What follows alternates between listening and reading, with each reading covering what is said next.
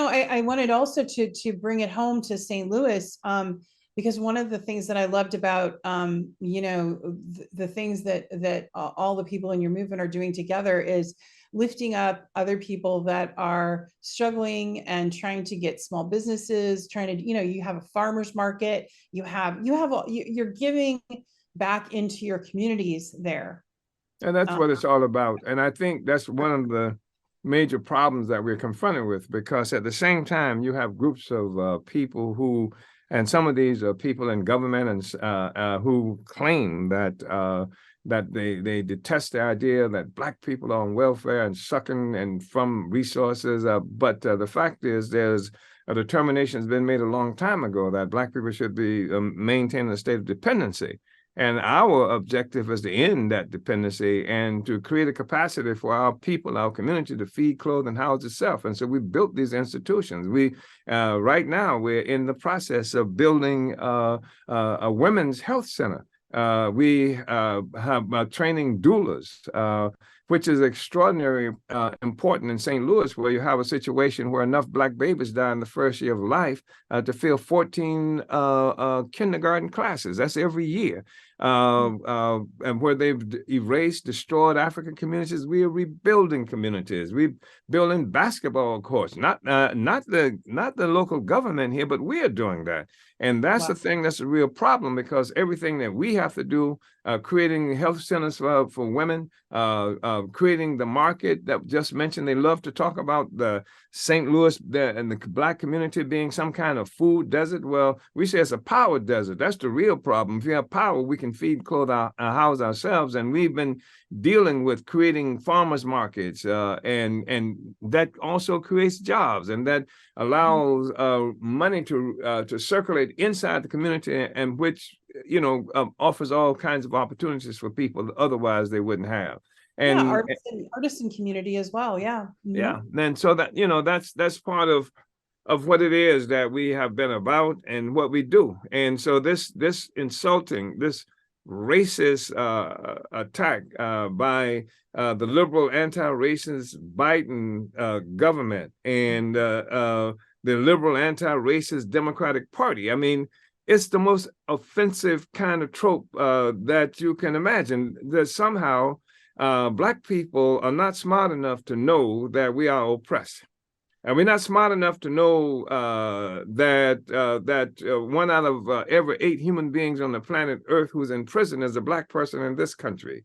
We're not smart enough to know that we need to be able to feed, clothe, and house ourselves. We need to end the repression. We need to fight back against the kinds of George Floyds and these other things that are happening.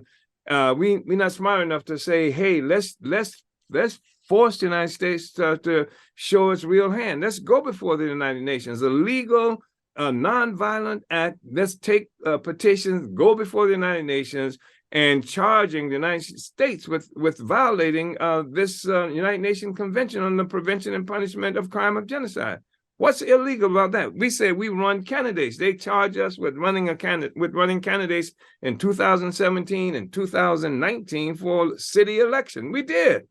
And our campaigns put reparations for the first time in the history of this country were put on the ballot. We didn't take guns and say we're going to take reparations. We put it on the ballot so people could vote on it and vote for this. And they said that's how they prefer us to participate in the electoral process in this country. Yet, when we do that, when they say they don't like what's happening with George Floyd and they don't like police killing us, so we say, let's put on the ballot Black community control of the police. These are things that challenges this whole notion that somehow Black people are simply to be inert recipients of welfare of some sort, but never in control of our own lives, never being able to create for ourselves. And this is one of the reasons that they had to attack us. And it's illegitimate. This whole notion that Black people are so inept, so stupid, so backwards, that we can't see our own oppression, that the Russians have to tell us to do this. It's just some of the most vicious racial trope that you can have coming from the liberal, if you will, Biden administration and the liberal Democratic Party as they put themselves forward. These are the anti-racists. who are doing this. If the anti-racists are doing this, what the hell can we expect from Klans persons who identify themselves right up front? This is who we are. But the anti-racists are the ones who are doing this, and that's something that everybody should be conscious of. There's a lot of talk now about the weaponization of the FBI and intelligence organizations, and I'm happy that some people have begun to see that, because if they had seen it earlier, they would have recognized that it's there. They would have seen Malcolm X's death and Martin Luther King's death and Fred Hampton's death. I mean, all of these are instances where it was clear the FBI was involved. Even W.E.B. Du Bois in 1951 was actually put on trial for the very same thing that they're charging us with. And the point is that what we have been doing, not with this in something that we were looking forward to, is we continue to prove the fact that freedom is illegal for Black people in this country. And people sometimes forget that Black people did not come here looking for a better way of life. We came here as captives at gunpoint and what have you, and our way of life, better way of life, was taken away from us. And we've been trying to change that relationship, change our circumstances, breaking out, escaping from slavery. Once it was over, fighting thousands of us in the Union Army and what have you, ending the Civil War, and everything we've been doing. Martin Luther King, people like to talk about him now. I say people, I'm talking about hypocrites. I'm talking about the Bidens. I'm talking about the Democratic Party. I'm talking about all those liberals who say they love Martin Luther King. They have created this false narrative that has liquidated that King was fighting for against oppression.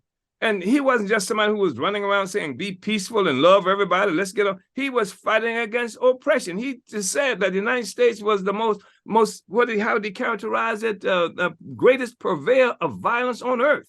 And he talked about reparations. He talked about some of the same, and they killed King because of his effectiveness in delivering the message for Black freedom. So King, they like to say, well, Malcolm X, they killed Malcolm. So Malcolm X said he was for violence, and King was for nonviolence. But the fact is that what characterized both these persons are not for or against violence, but for freedom. And they died because of that. And they died in some instances, it was like liberal Democratic Party organizations that were responsible for it.